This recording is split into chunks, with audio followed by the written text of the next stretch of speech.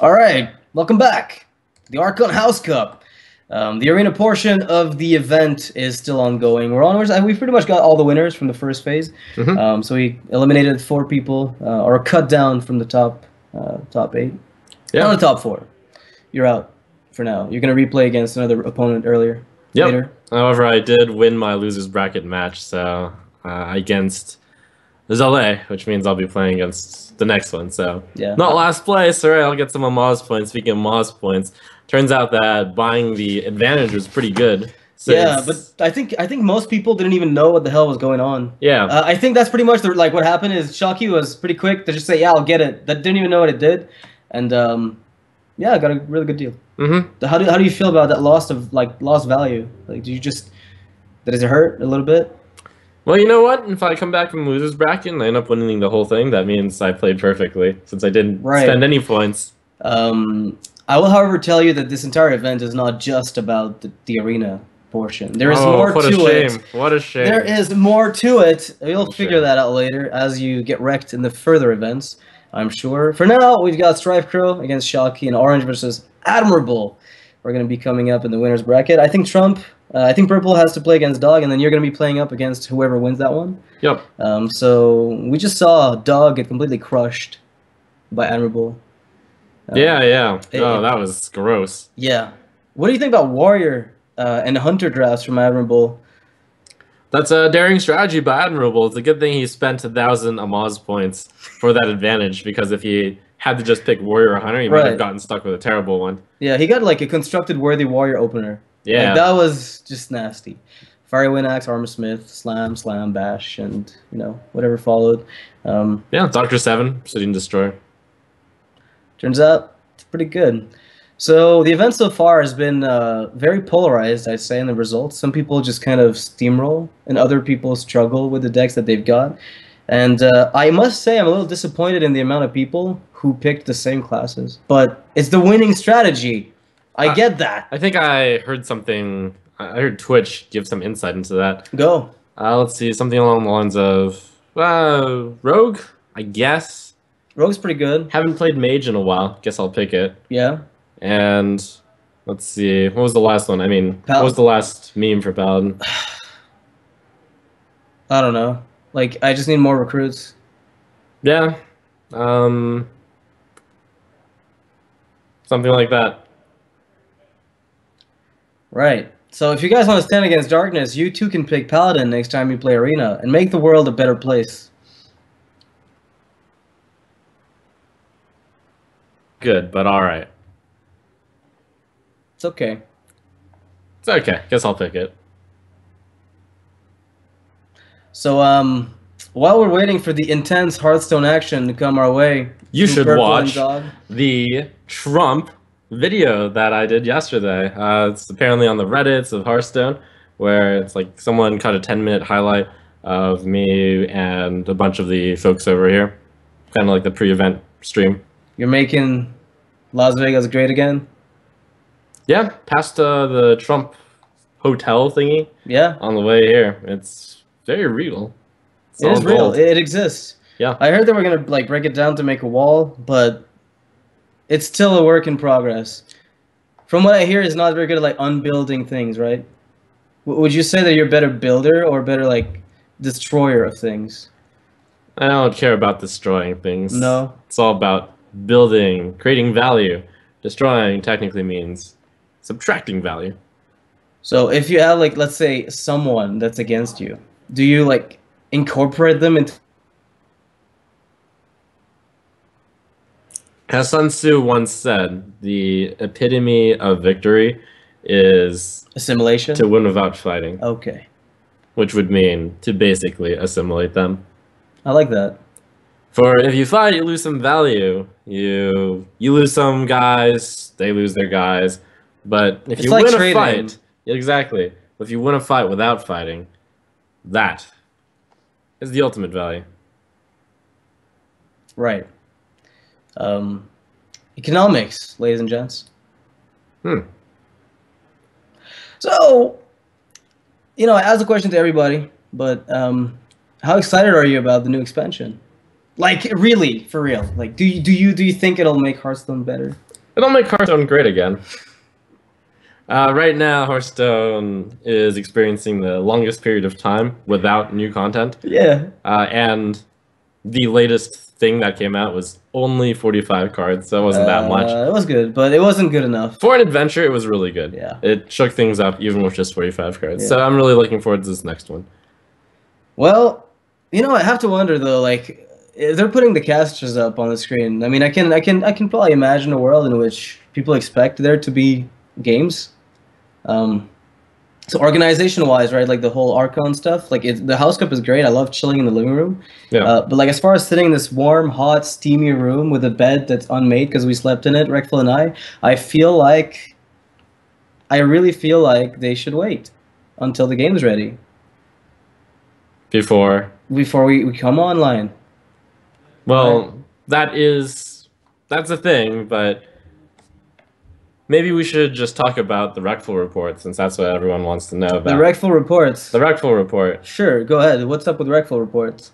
Well, as you might have known, Reckful recently left this room, but now we're going to the game. Yeah, I guess we won't have to talk about Reckful too much, but you can finish the train of thought. You know, Reckful left, but where is he now? He's in all of our hearts, and he'll be back soon enough. That's touching. Just like Reckful. So, StrifeCro playing Paladin Mage, and Chakki playing? Paladin Mage, good choice. Chakki with the originality, as usual. He was impersonating you earlier, you caught that? He was named Trump. Oh, yes, I did see that. Yeah. Way back. Ooh, that's a heavy hand from StrifeCro. It's not a good hand. That's true. He's winning. If we make wins. it to... No, that's a good draw, the Spider Tank.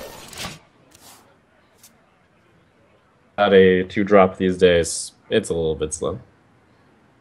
It's a lot slow. Arena these days are pretty cutthroat. When we go 2-drop, 3-drop, even to the point where it is possible that Archon Vector there might have been good. Turns out that Chakki made the better player because 2-2 against 2-3 is bad, but say you're up against the 3-2. You really want to start contesting it. Yeah, he's getting a really good trade up in the future. That Super Champion is going to help a lot, like stabilize when you see this this type of play. I feel like Arena right now devolved to a point, like to the point where whoever gets the lead even a little bit can consolidate it easily, since they're all playing kind of the same classes. Like, what do you feel about the amount of skill that Paladin takes in Arena and Constructed? Would you say that right now both classes, like both kind of gameplay modes, require the same amount of skill from Paladins? Well, in Constructed, you're really playing so much. You're practicing to get better against a wide variety of decks, so you learn specific matchups really well. You learn how to fight against specific things. In Arena, you generally just go with what the quote-unquote best play is, and that's not always obvious. Even here, for example, StrifeCro has a tough decision between coin Dark Iron Dwarf and then trade into the 3-4, or develop the own Spider Tank. And you're going to choose to do his Spider Tank with what appears to be a plan of sending the 2-2 and the 3-4 into the Spider Tank. The Spider Tank will end up surviving. StrifeCro knows he has a heavy hand, so he wants to save the coin. They know each other's deck, right? So at this point, I think StrifeCro knows there is 2 Super Champion in Chakki's deck. He seems surprised, so I guess he didn't know that. But honestly, like, we've seen the drafts. I know StrifeCro was feeling a little bit, you know, out of it before the match. He was like, yeah, can we play something else? I want to play Codename. So he's like, well, I could Elven Archer ping and then coin out a play. But I'd be tempted here to play the Ventrico, if only to force a really awkward trade. The alternative is what, ping Elven Archer? Yeah, that's the play that I would favor. Okay. If you coin out the Ventrico mercenary and the opponent doesn't kill it, then you can do nothing. Well, you can do the Elven Archer ping afterwards, right? No, because the Elven Archer... Oh, yes, you can, by spending... No, you spent the coin for the Ventrico. So well, no, not even that. You can play it for 3. Oh, it's going to be 3 more, right? Right, so yeah, never mind. Yeah. It's still pretty awkward. Like, if he doesn't get a good trade up with this Elven Archer, there's no way the True Servers ends up being used here, so that's one upside. But it's still pretty clunky. It's going to be a good trade up. But look what he loses. Oh, this is the Fairy Dragon's real strength here. If StrifeCro could Fire Blast that Fairy Dragon, he'd have a decent play. So he has to make a call between Ventrico and Dark Iron Dwarf or Coin Koldar, and Coin Koldar wrecks the curve, so he's going to go with the Dark Iron Dwarf. He actually could make a call to Flame Cannon. Flame Cannon here. I think I would consider it since you can always play Koldar Drake, and if the True Server is out of the way, then that's one best, like, high chance that the Koldar lives, and then you can follow it up with even more pressure. These guys are taking this super seriously. Like, in the first round, I feel like everybody was kind of messing about, but now they know that it's really important to get those Amaz points. Because, you know, Scamaz deals are really something, right? Yeah. We saw how valuable they were. Just really valuable, basically. Yeah, it was definitely worth Chakki's 500 points to get his advantage. 1,000 points probably, even 1,500. Yeah. Because it turns out that if you just win a match with your advantage, then you've basically made 1,000 Scamaz points right there. That's value in the bank. Oh, man. You gotta spend money to make money. Spend points, spend Scamazes to get them Scamazes. Yeah, I like how he embraced the meme. It's pretty good. Instead of fighting the meme. Yeah. You can't fight the meme. That's a good Paladin 4-drop common right here. Yeah, I kind of think Master Rover Spark 2.0 is gonna make his way on the board, unless StrifeCro decides he wants to do something else. But I'd be very surprised. Yeah, that's a good solid play. He debated between playing the Protector as well. The Redemption here kind of being set up, knowing that if there's Flame Strike, then he gets back a 5-1 that he can then Archon Protector. And if the 1-1 gets pinged, then he keeps his board. Yeah. Pretty much every time. I guess there's an argument for Ventrico ping. Or just Murloc Tidehunter plus Ventrico. Yeah, this looks like an easy Flame Strike, but Chakki does know that that's Redemption. And he's like, oh, 5-1. Well, actually, wait, is StrifeCro playing the Mage? I mean, Chakki's playing the Rogue instead of Mage, right? So Chakki decided to play his Rogue instead of Mage, which actually gives him... I don't know if he has, like, Fan Knight. Man, these drafts have all been so similar, it's hard to keep track of who has what. Yeah. It's pretty much all the same stuff. All we know is, like, there's 2 players with MC tag. Oh, I wonder who. Yeah. Who's that? Who's the guy who got played around as MC tag for the entire game and then stole this engine? Do you know him? I know him. StrifeCro looking so focused. Yeah, it's a tough place. Is it? AoE spent. Horribly behind on the board, and a perfect Divine Shield by Chakki there, blocking the Fire Blast. Now he gets a really good trade with his 5-1 and the 1-1 into the 4-6. Oh, wow. That just got better. This is actually a tough choice for Chakki. He could decide to save his 5-1 and 1-1. Play something like Seal of Champions on the 4-5. But he's going to take the value right now. Probably go with Jormungandr and die. The Worm Dude. So, I feel like the lack of Flame Strikes now, because you can't guarantee you're going to get them, right? Like, it's less common to find them. It makes mages a little bit more flimsy, but because they've also got the ability to use their hero power still, they kind of still dominate the arena meta. Yeah, that's a big reason of why mage is just good. The hero power by default is as good as a card in quite a few times. In arena all the time, you're left with something like a 5-1, and you just want to Fire Blast it, or you just want to deal 1 damage to it. And Mage turns out to be the class to do it. And the reason why Mage is better than Druid, because Druid can do it as well, is because Mage's class cards tend to be just slightly better than Druid. Or Elemental, being kind of the one of the big ones I think that's hard to deal with in Arena. Even if you have the Keeper of Uldamon, you get really clunky turns as Paladin.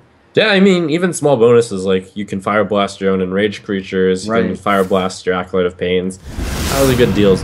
Chakki right now, just taking it slow and steady, making sure to clear the board, keeping his board on 3 guys, perhaps purposely, perhaps not. Depends on whether or not he's done his research on whether or not StrifeCro even has MC Tech. It's not. It's Wreckful. Guys, Wreckful was brought back for a moment. Where is he? I didn't see him. Chakki's side? Where was he? StrifeCro's side. I didn't catch him. Well, I'm sorry. You missed a... You missed a Wreckful. You missed a rare Wreckful there. It's always there. There's nothing rare about Wreckful. Wow. Shall we put a king? Well, 1 win in the bank. And with the rogue left, he's looking pretty good. Well met! Yeah, well done, Chakki. You can win arena tournaments all you like, you still need to get constructed ones. That's not true. You win enough Scamaz tournaments and you make more than... You get hired by Archon, right? If you're good at arena, eventually you get offered a spot in Archon. 2 beers proved it, but then declined it. I haven't heard about this. Yeah, Amaz was basically running like a campaign to find the next Archon recruit, and the next Archon recruit said, "Ah, I don't want to be an Archon recruit." So now it's Hafu's turn. She's got to like get it back, and maybe then she gets invited to Archon as well. That's a good meaning to your life to have. So you mean by completing the 110 right, challenge? 110 challenge, I think. Let the games begin. I think out of all these players, I've probably come the closest to completing it. Hey, I made 2 runs back to back that were good, and then I just retired everything. That sounds like you made a 24 and 2. Yeah. Okay. I mean, that's pretty good. And then I left because I don't know, I made a hunter deck and I got bored one day and retired. You need like the internal stats. I wish Blizzard would publish those instead of having to stream it. Yeah, I agree. They publish it on more some of the fun. regions, right? Absolutely. I would love if they just showed us like who's the best streak this month, and then somebody gets a crazy like burst of fame, and then Crypt looks a lot less like arena dominant when all the no names come up. It's like the ladder, right? Like you have a lot of the top 10 legend. There's a few names you know, but there's a lot of them you just don't recognize at all, and nobody hears about them ever, even though they show up. Like the arena meta could be a little bit similar as well. It'd be fun. Yeah, I mean, good for 2 beers for just doing something that was near impossible. And that he didn't really care too much about at first. He wasn't even too much into it, and then he's like, yeah, sure, let's do this. Why not? Let's casually just take over. Why not? So Chakki looks like he's got an excellent next 3 turn. StrifeCro does manage to break Chakki's rhythm a bit by killing the dagger.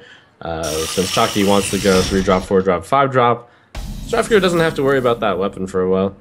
Yeah, but StrifeCro can do like the usual mage tempo plays, right? Like you just play on curve as they do, but eventually you get that 1 extra hero power, which if they can't compensate for, you can stabilize. But the rogue's hero power being kind of 2 mage hero powers, it often comes down to how much phase damage they end up taking. Right. From the StrifeCro here also has a good 4-drop, 5-drop. Yep. The problem that StrifeCro faces is that Mana Worm is going to die almost for free to the Spider Tank. And good thing about Chakki is that StrifeCro probably feels like, okay, at least my Yeti can kill the Spider Tank and still survive as a 4-2, but Chakki's got kind of the perfect answer to that in Rifle? Commander, yeah, Stormpike Commando. Yeah. I am tempted to trade away the Ooze into the 3-3 and play the Tiger here. It's not hyper powerful, but it's about the only time you'll get to play it. Otherwise, your turn is pretty mediocre, and you trade and fall behind. That's not bad. There was another option. You could just play the Tiger, you swing with the Yeti and the Ooze into the face. Sure. And no matter what happens, you have 3 kind of flexible damage in StrifeCro's hand with the Elven Archer, the Arcane Explosion, and the Fire Blast. Yeah. Yeah, the amount of pings that StrifeCro has will enable him to get a decent turn. Like, the card quality that he's got, I mean, it can't carry... Like, they've got the exact same board right now. Oh my goodness. Okay, now that's a good 6-drop. So this is how StrifeCro wins games. Yeah, pretty much. If you guys saw StrifeCro's game against mine, from what I've heard, that was one of the most disgusting displays. That turn is just... Oh, hi, Kaldara Drake.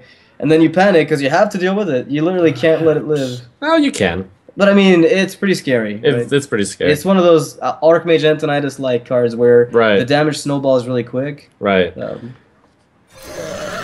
Well, you know, when you play on curve, you know, this reminds me of the hypothesized battle of the Yetis, where everybody plays vanilla minions all day and nothing else. It's kind of been that for the past 4 turns. In that world, though, you can kind of see the power of the rogue and the mage. Yeah. Because in other classes, you couldn't even deal with that 5-1, and it would just be able to kill off possibly a 5-drop that you made. But at least as rogue, you can dagger it down. Not that that's really good enough necessarily here. amazing, but it is an option, at least. So Chakki's got to work out, oh, I can kill that Kaldara Drake, but it's either going to be really painful, or I have to play the Commando and leave the 5-1 up. So Chakki is in a tough spot. I mean, you can't not kill it, right? Because if you play Commando and you leave your Tiger on 1 health from attacking the Yeti, then StrifeCro pings 3 times and you lose the board and you still have to deal with that Kaldara. So you gotta get rid of it. He recognizes that, which is, you know, it's kind of to be expected given the caliber of these guys. But ouch. Oh. Ouch. That works. That works. I mean, you could also just go full face, but this is a really clean clear, and you still go full face. Yeah, and perhaps you even throw the Elven Archer into the face, and then you Fire Blast the face. Oh, man. That's really good. That is... then the Rogue will have not enough health to deal with the Tiger. Chakki. That is not going to feel good. I apologize. Then I look at these 2 Arcane Explosions, and I kind of facepalm. I lost to this deck? Yeah. What? Yeah, you lost to this. Oh. It happens, Trump. He hard-countered my Nixie with Arcane Explosion. It makes me sad. Oh, interesting. StrifeCro is actually going to save the Arcane Explosion.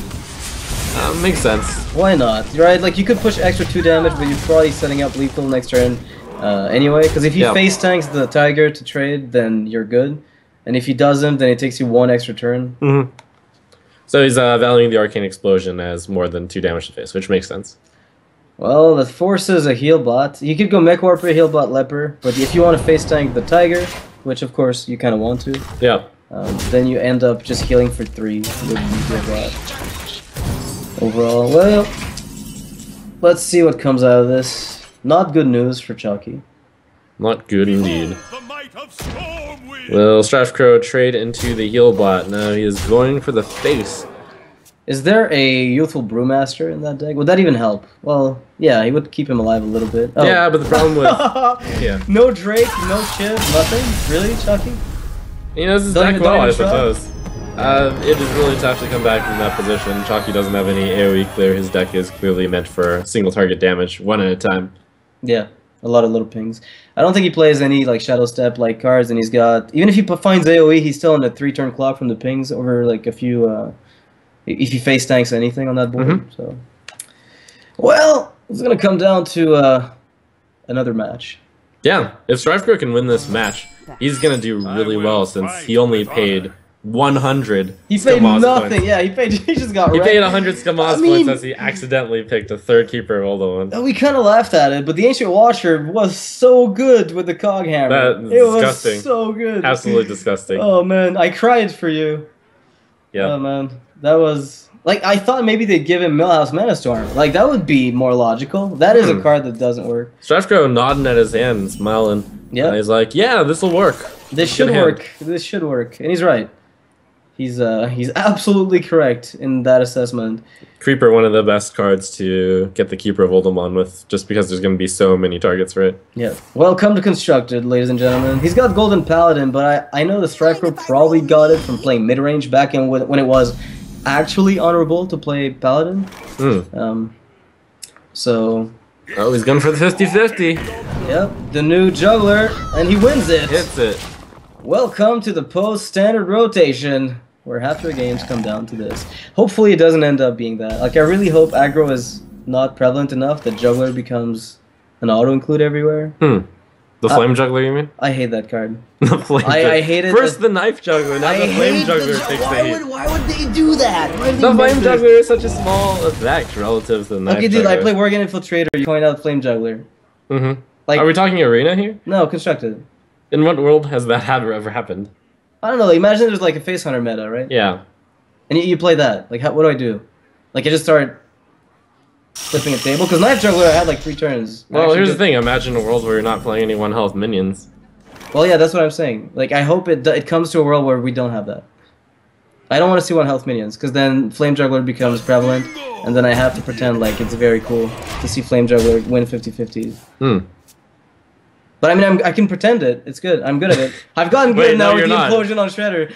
Oh man, that implosion on Shredder, and he brings out explosive sheep. Oh my god. Yeah, it's fun to get excited for that stuff.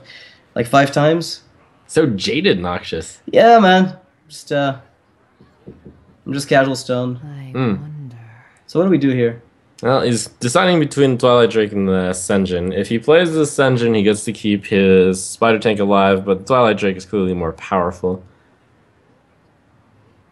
Yeah, there's also Yeti. I mean, but I like Drake all is of better them. than Yeti. Yeah. Ascension is alright, but the thing is, it kind of does what Twilight Drake and Yeti does. The only thing is, if you plan to attack, then this is better because you're protecting it. That is really painful. Ouch. Not as bad as it originally looked, because he can't take down both the tank and the Ascension, but he's going to be able to play it on the Senjin and then have that still live. Would you bring back the Annoyatron afterwards? No, I would just play a creeper. The creeper? Okay. Yeah. Yeah. Sets up a really good Oldemon. Yep. I mean, yeah, I kind of like. There's many lines of play that you can take here, which is pretty cool to consider. Oh, what's kind of gross also is that StrifeCro does have the Keeper of Oldemon and the Brewmaster combo. Keeper of Oldemon's a really strong card. It removes. It can also buff. Very flexible. Beautiful Brewmaster just lets that happen again. The dream. Nice. He found a target for it. Yep. And now Keeper of Oldemon's gonna find a target.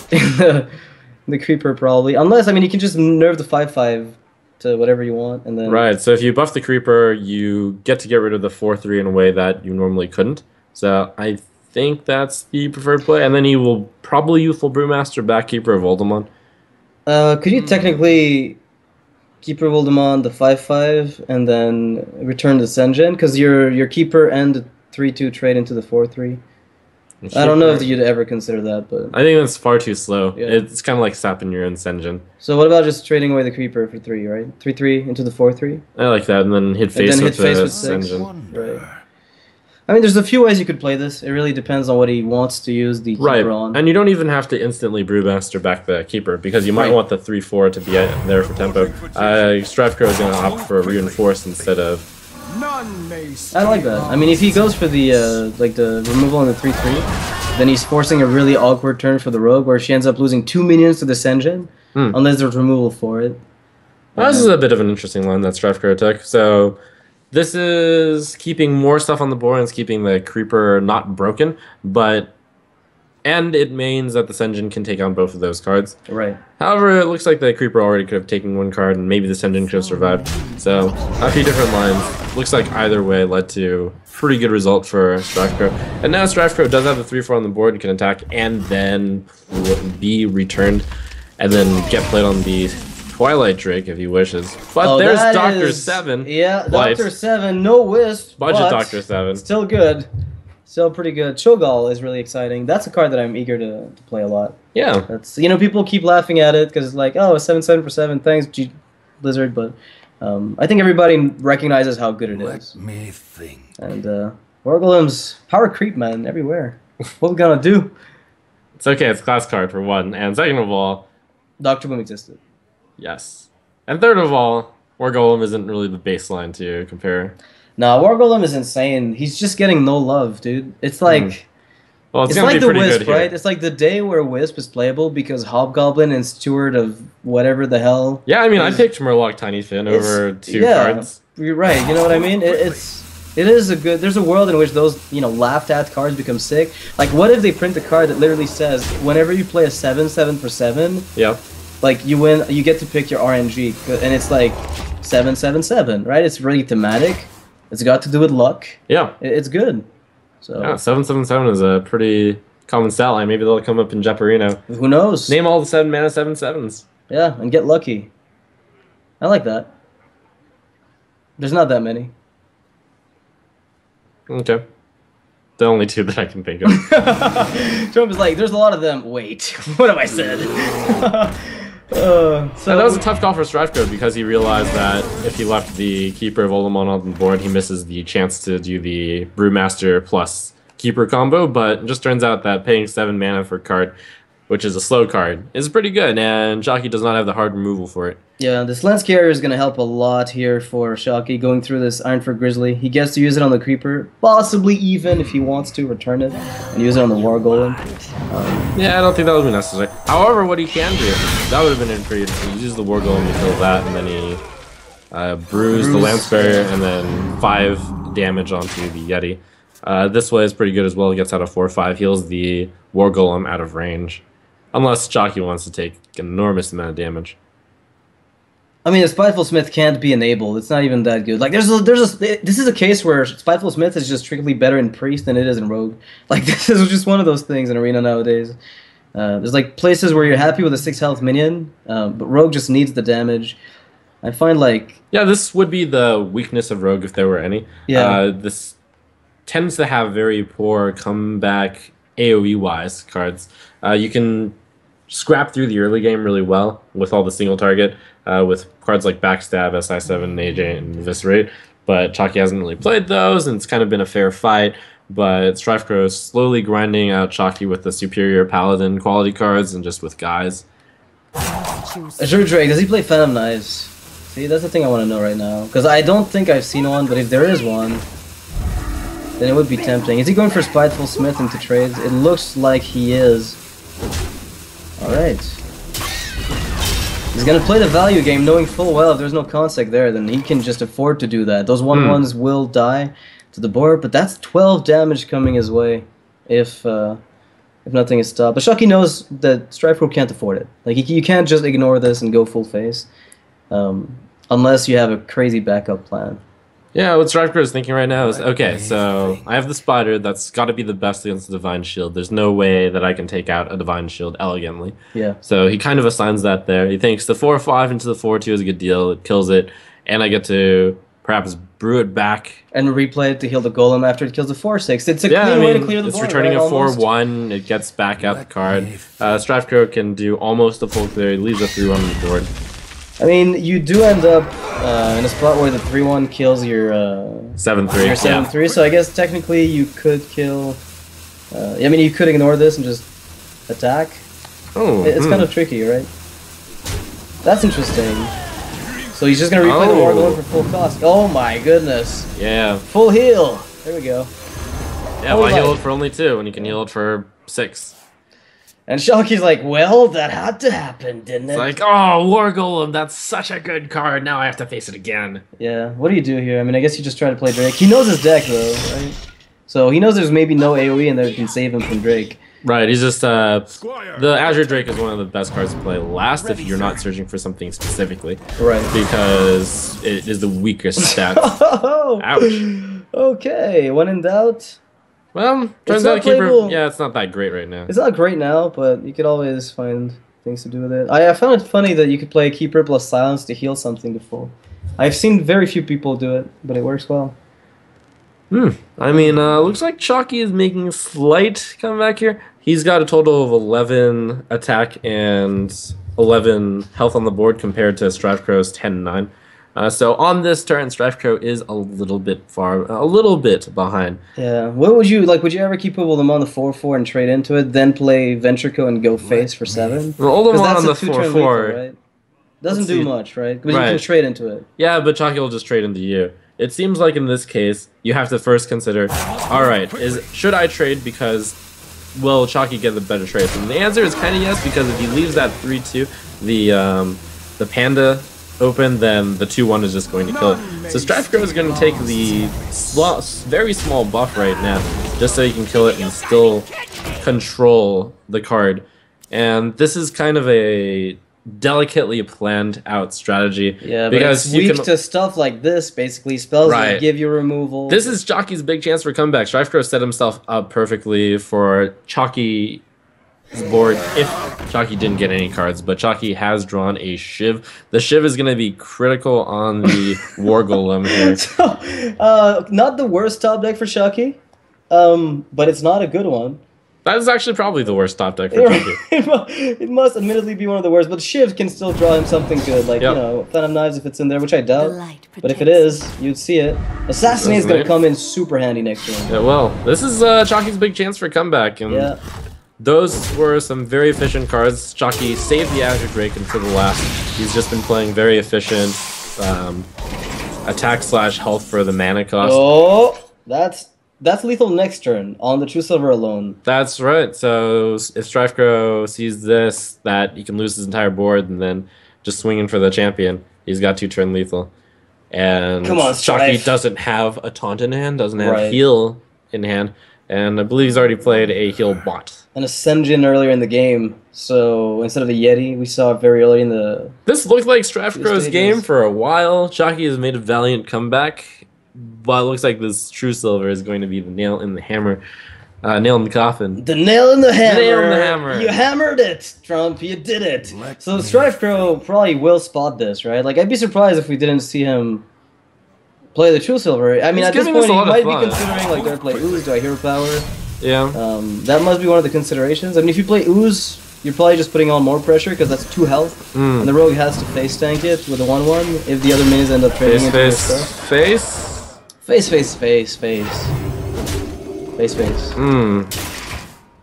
Chakki can clear this board, but he needs some way to stay alive. And that is not it. Alright, well, Chakki goes down to StrifeCro's masterfully executed Paladin game, and Chakki had the advantage there, right? Deck building wise. Yeah, Chakki spent 500 Amaz points, the best deal anywhere, and got an advantage. But StrifeCro, who has spent 0 Amaz points other than 100 Amaz point penalty, because he wanted a third Keeper of Oldemon in his deck, gets to go to the finals. So that means StrifeCro is going to be a front runner in this competition. Yeah, and he wanted to take a break, but he's not going to get to. Although, for his defense, he's been playing well enough that, you know, he deserves it.